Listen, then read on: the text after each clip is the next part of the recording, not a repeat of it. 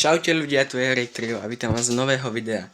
Dnes to bude video z nová séria by to mohla byť, a to z Monoposto, čiže F1, dá sa povedať. Neviem, či sa nám to bude páčiť, vyskúšajme prvé video a bude to kvalifikácia v Číne. Hrajem za Norrisa, aj keď som fanúšik Mercedesu, ale neviem, nejako sa mi s ním dobre hra, takže neviem, či sa vám toto bude páčiť, povedzte, dajte mi vašu reakciu a uvidím, možno potom budem môcť natáčať. To ma vykoľajilo úplne.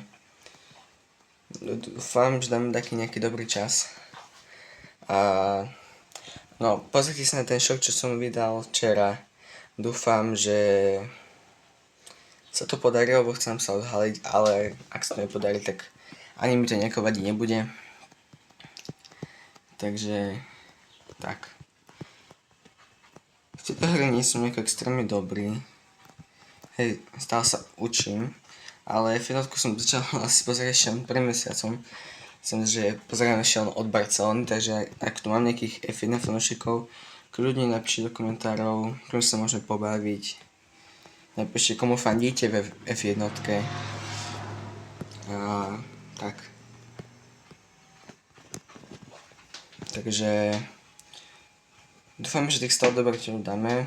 Píšte ešte pod ten príspevok, čo som dal, že či náhodou, no teraz mi vykoľľava, že úplne. Dúfam, že sa bude počuť toto kolo. No ideme do rýchleho kola, poďme. Zapíname turbo a ideme. Som úplne žlté auto, ale čo už. Takže tie zatáčky tu v tej Číne normálne tu je na nervy. Dobre, ideme. Dúfajme, že budeme mať pole. A keď nie, tak druhé, tretie by mi stačilo, hej.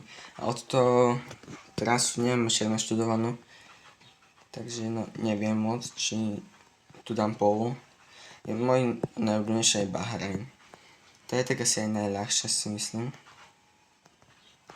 Puzma, Torici. No tak úplne ma vytrepalo. To sa vôbec nepodarilo. Takže budeme si štartovať z 22. miesta. No. Dobre, tak toto bolo len také rýchle, tak dúfam, že sa vám páčilo. A také informačné. Takže opatrujte sa ľudia a majte sa.